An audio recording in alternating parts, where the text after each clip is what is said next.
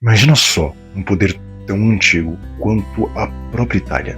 Um império construído não com coroas, mas com códigos de silêncio. Não com exércitos, mas com famílias unidas por sangue e juramentos.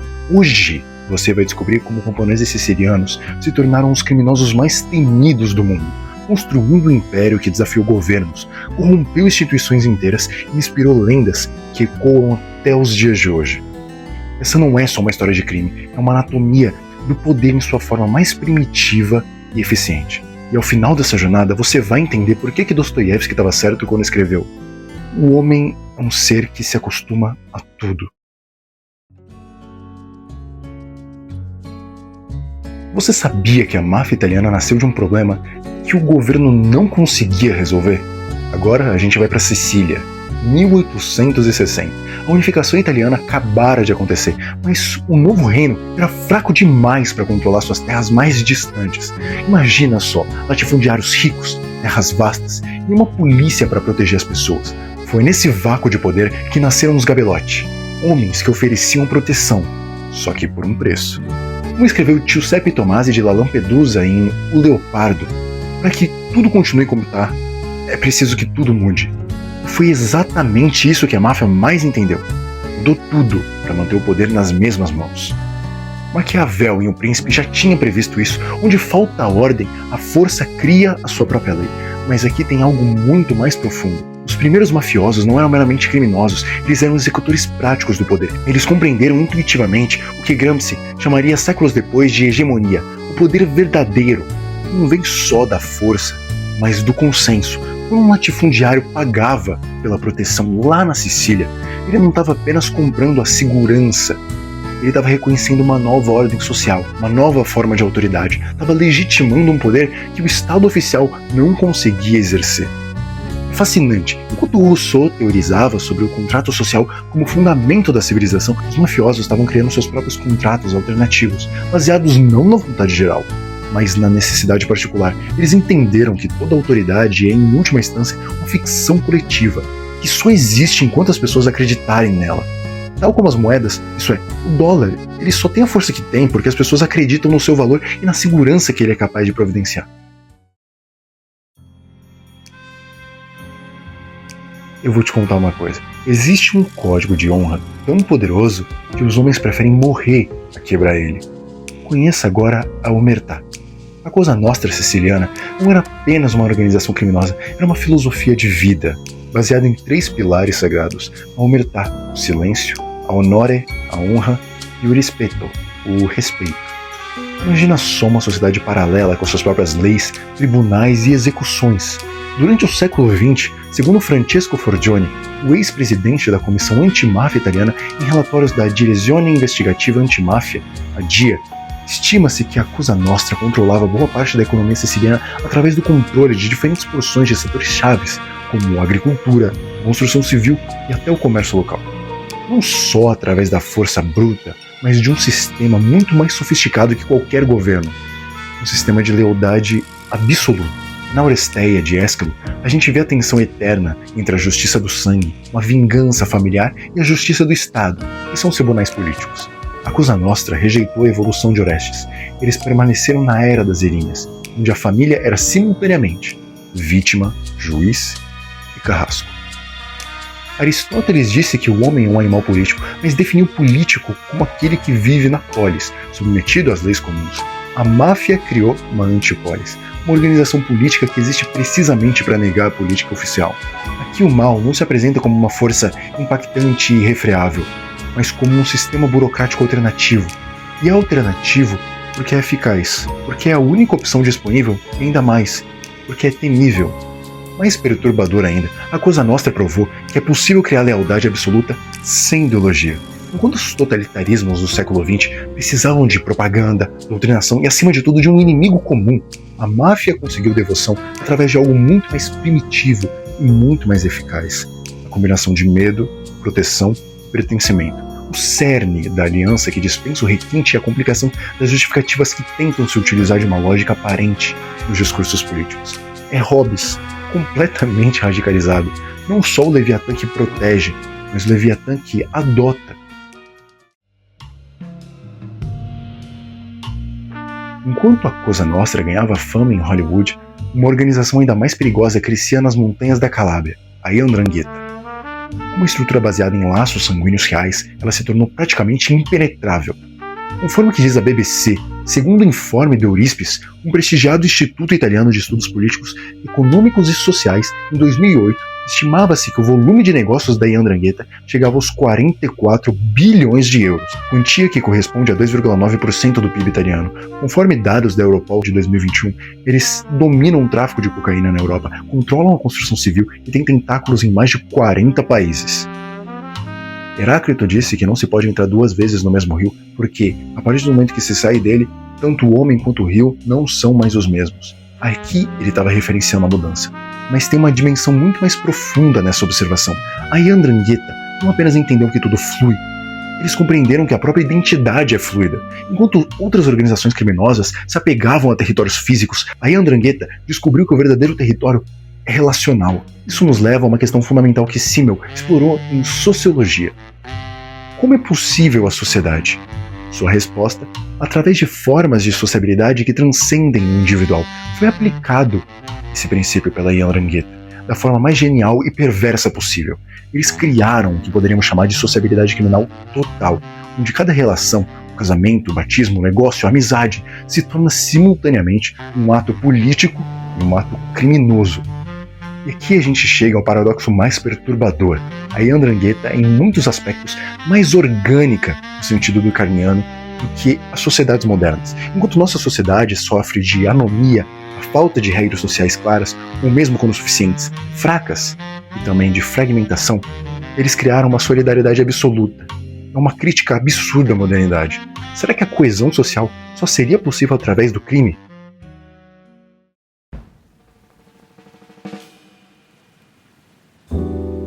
Nós aqui já observamos tanto a Sicília quanto os montes da Calábria, mas vamos para Nápoles, uma cidade que sempre foi diferente.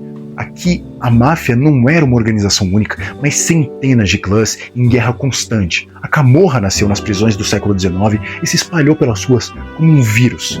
Roberto Saviano, em Gomorra, livro que escreveu, descreveu perfeitamente essa realidade. O dinheiro, ele não tem pátria, não tem cheiro, não tem cor. O dinheiro é o sangue que irriga territórios de poder. Mas Saviano estava ecoando uma intuição muito mais antiga. Em O Mercador de Veneza, Shakespeare já tinha percebido que o dinheiro destrói as categorias tradicionais de pertencimento. Quando Shylock diz, se nos espetam, não sangramos, ele está questionando as fronteiras entre nós e eles. A Camorra levou isso ao extremo. Em Nápoles, a única identidade que importava era a identidade econômica. Walter Benjamin, em suas teses sobre o conceito de história, falou sobre o estado de exceção, que nesse caso era a regra. Nápoles vivia um estado de exceção onde a violência de Camorra se tornou algo que parecia comum. Mais assombroso ainda, a Camorra deixou claro que é possível criar um capitalismo de um estado paralelo, um mercado puro, onde a única lei é a oferta e a demanda regulada pela violência. Em Nápoles, descobrimos algo pior: o inferno não são os outros, e sim quando você precisa desses outros para sobreviver. Mas esses outros são os seus predadores. É a má-fé existencial institucionalizada, uma cidade inteira que vivia sob o véu do medo, sabendo da violência, e sendo obrigada a fingir que aquilo era normal.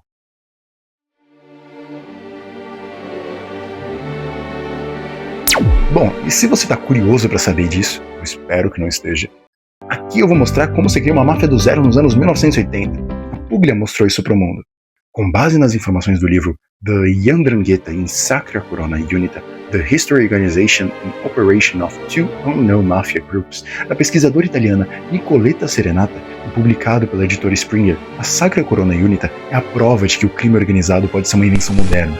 Criada apenas na década de 1980 por Giuseppe Rogoli, que já era afiliado da 'Ndrangheta, quando ainda estava na prisão, recebeu permissão do chefe Umberto Bellocco para criar uma organização visando contrapor a extensão da nova Camorra organizada. Ele rapidamente dominou a Puglia, especializando-se no tráfico de drogas nos Balcãs. No entanto, nunca alcançou a coesão ou organização de grandes como a 'Ndrangheta e a Cosa Nostra. Essa organização cobra taxas pelo uso de portos para contrabando, mas começou suas operações com a indústria de vinho e de azeite, até que diversificou suas operações para incluir contrabando, tráfico de muitos tipos, corrupção política e crimes cibernéticos. Enquanto as máfias tradicionais eram territoriais, a Sacra Corona Unita nasceu global. Eles entenderam que no mundo moderno fronteiras, principalmente hoje, se tornaram só linhas no mapa. Mas aí você pode vir me perguntar, quando que essa história realmente se revela boa? Como que a Itália resolveu seus problemas? Como que foi a luta e o reconhecimento deles pela mudança? Porque hoje você vai em Nápoles e você percebe que não é mais a mesma coisa. Em Sicília, percebe que as coisas mudaram.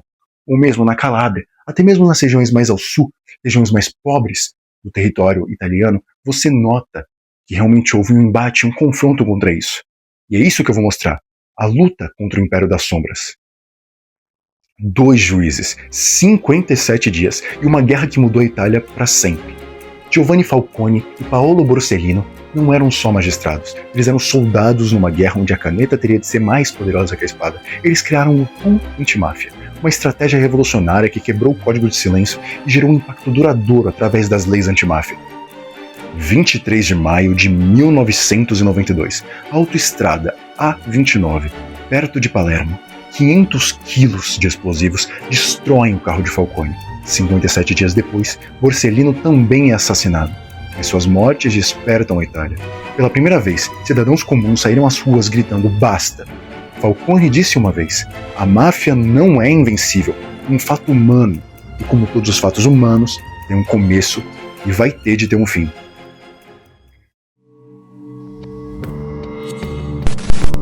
Bom, e é óbvio que com a modernidade, a máfia não foi a única que não se prendeu ao passado e sim se modernizou. Aqui a gente vai ver como a máfia se adaptou à era digital. Enquanto você pode ver esse vídeo no seu celular, eu dei uma notícia a respeito. A máfia está usando a mesma tecnologia para lavar bilhões. A máfia de hoje não usa mais os velhos códigos sussurrados. Eles têm MBA, conhecem criptomoedas, operam em dark webs e têm conexões desde Wall Street até os portos de Rotterdam. A 'Ndrangheta hoje controla 70% da cocaína que entra na Europa. Seus lucros anuais superam os de grandes corporações globais. Eles são literalmente uma multinacional do crime. Zygmunt Bauman falava sobre a modernidade líquida. Tudo é adaptável, temporário. A máfia não só entendeu isso, eles se tornaram os verdadeiros mestres da liquidez. E aqui tocamos no cerne do que Gramsci chamava de revolução passiva, mudanças que preservam as estruturas do poder existente. A máfia se modernizou não para se transformar, mas para permanecer eternamente a mesma. É Lampedusa digital. Para que tudo continue como está, é preciso que tudo mude. Mas agora, aplicado à era da informação. Bom, mas é claro que até dos piores exemplos a gente pode tirar algum aprendizado que preste. Mesmo sobre o que não fazer ou o que fazer. Eu vou mostrar para vocês. A máfia italiana não inventou a corrupção, a violência ou a sede de poder. Ela apenas aperfeiçoou métodos que existem desde que o primeiro homem olhou para o segundo e pensou: eu quero o que esse cara tem. Thomas Hobbes, em Leviatã, descreveu o estado natural do homem como uma guerra de todos contra todos. A máfia criou uma solução hobbesiana, um poder absoluto que impõe ordem, só que através do medo, mas é diferente do Estado. Esse poder não surge como um ideal de bem comum, como princípio inicial, ou mesmo a proteção e solução de conflito. Esse poder, na verdade, busca só a perpetuação de si mesmo desde o princípio. Em Crime e Castigo, Dostoiévski não só questionou será que eu tenho direito, mas explorou algo mais profundo, a psicologia do homem que se coloca acima da lei moral. Raskolnikov acreditava que seres humanos, os Napoleões como ele chamava, têm o direito de transgredir para criar uma nova realidade. A máfia institucionalizou essa filosofia, mas com uma diferença crucial. Eles não são Napoleões solitários. É pior ainda, eles são Napoleões coletivos. Mais importante, Dostoiévski mostrou que o crime não é só um ato, mas é um estado de consciência. Raskolnikov não sofre apenas pela culpa, mas pela impossibilidade de retornar ao estado de inocência anterior ao crime. A máfia resolveu esse dilema existencial criando uma cultura onde o crime não é transgressão, mas é a norma. Eles não são criminosos atormentados, são criminosos em paz, consigo mesmos. E aqui a gente consegue chegar a um insight mais sombrio. Em Os Irmãos Karamazov, Ivan diz que, se Deus não existe, tudo é permitido. A máfia não nega a moral, ela privatiza a moral. Cada família mafiosa tem sua própria teologia, sua própria moral, seu próprio sistema de pecados e perdões. É Dostoiévski radicalizado ao extremo. Não só o assassinato de Deus, mas a privatização dele. Bom, mas qual que é o legado eterno da máfia? Sinceramente, eu acho que a maior vitória dela não foi o dinheiro que roubou, mas foi a lição que ela deixou sobre a natureza humana. Hoje, enquanto você volta à sua vida normal, a máfia italiana continua operando, mais discreta, mais sofisticada, mais global. Não só a italiana, como as diferentes organizações criminosas que operam, seja na Itália ou qualquer outro país do mundo, principalmente no Brasil. Essas organizações sobreviveram a impérios, governos, guerras e revoluções porque eles entenderam uma verdade que Foucault passou a vida estudando. O poder não é uma coisa que se possui, mas é uma relação que se exerce. Não é algo que se toma de assalto, mas que se constrói pacientemente, uma micro-relação de cada vez. No entanto, principalmente nos casos das organizações que assolam a Europa, Europol e Interpol seguem contra essas organizações através de operações como o projeto ICANN da Interpol. Shakespeare, em Macbeth, escreveu: Estrelas, ocultai vossos fogos, que a luz não veja meus desejos sombrios e profundos. Mas tem aqui algo muito mais profundo nessa tragédia. Macbeth não é corrupto desde o início. Ele se torna corrupto através da corrupção. A máfia italiana é a institucionalização dessa tragédia shakespeariana, um sistema que não apenas tolera a corrupção moral, mas torna ela necessária para a sobrevivência. A grande lição da máfia italiana não é sobre o crime, é sobre a natureza da autoridade. Eles provaram que toda autoridade não depende só da legitimidade, da eficiência ou do propósito, mas sim da sua eficácia e da disposição coletiva de acreditar nela. Quando Hannah Arendt disse que o poder corresponde à habilidade humana de não só agir, mas agir em concerto, ela poderia estar descrevendo tanto um parlamentar quanto uma reunião de família mafiosa. A diferença não está na estrutura do poder, mas nos fins para os quais ele é exercido. A pergunta que fica transcende a máfia. Em um mundo onde o poder sempre corrompe, onde a corrupção se torna sistema, onde o sistema se torna cultura, como que pessoas comuns como Falcone e Borsellino encontraram forças para resistir? Não na esperança da vitória final, mas na dignidade da resistência em si. Talvez a resposta esteja em entender que a maior máfia de todas não é a siciliana, nem a calabresa, nem a napolitana, é a indiferença, porque a indiferença é a única forma de criminalidade que não precisa de justificativa, não precisa de código de honra, não precisa nem mesmo de consciência da sua própria existência. Ela simplesmente existe, cresce e consome. Invisível e onipresente. E bom, eu queria tirar esse tempo só para chamar sua atenção. Deixa o like, por favor, cara. Compartilha o vídeo, dá um comentário, o que você achar melhor. Só o like para mim já é suficiente, mas se você for capaz de fazer tudo isso, poxa vida, você não faz ideia do quanto eu fico feliz e do quanto você me ajuda. Mas o que eu queria dizer de fato? Se você olhar os meus primeiros vídeos, são uma tragédia. Não que os de hoje sejam bons. Eu tenho um mês de canal, mas eu tenho a impressão de que, apesar das poucas pessoas que me veem e que já me deixam extremamente feliz, eu consegui evoluir muito, não só a qualidade do conteúdo e do discurso, mas a forma como eu projeto os meus vídeos em si. E claro, estou sempre disposto a melhorar e estou buscando melhorar, mas eu sou universitário e eu fiz esses vídeos todos nas férias e tudo que eu aprendi foi nesse período. Infelizmente, eu vou ficar muito mais ocupado agora com a faculdade e todas as responsabilidades e incumbências que ela traz junto. Então eu gostaria de pedir desculpa primeiramente para todo mundo que aparece aqui e que gostaria de mais vídeos. Eu vou tentar postar na maior frequência possível e com a melhor qualidade que eu puder o tempo todo. Por isso eu gostaria da participação de vocês. Se vocês acharam um vídeo bom ou ruim, o que vocês acham que pode melhorar ou mudar, por favor me digam se tem alguma sugestão para um tema novo de vídeo ou para qualquer coisa do gênero, mesmo um comentário ou uma reclamação, só me deixar aí que eu vou ler com o maior prazer do mundo. Tô falando sério. E bom, como eu sempre digo, muito obrigado pela sua atenção e lembre-se, só tem um jeito de descobrir. Não aceite a tutela de ninguém. Pense por si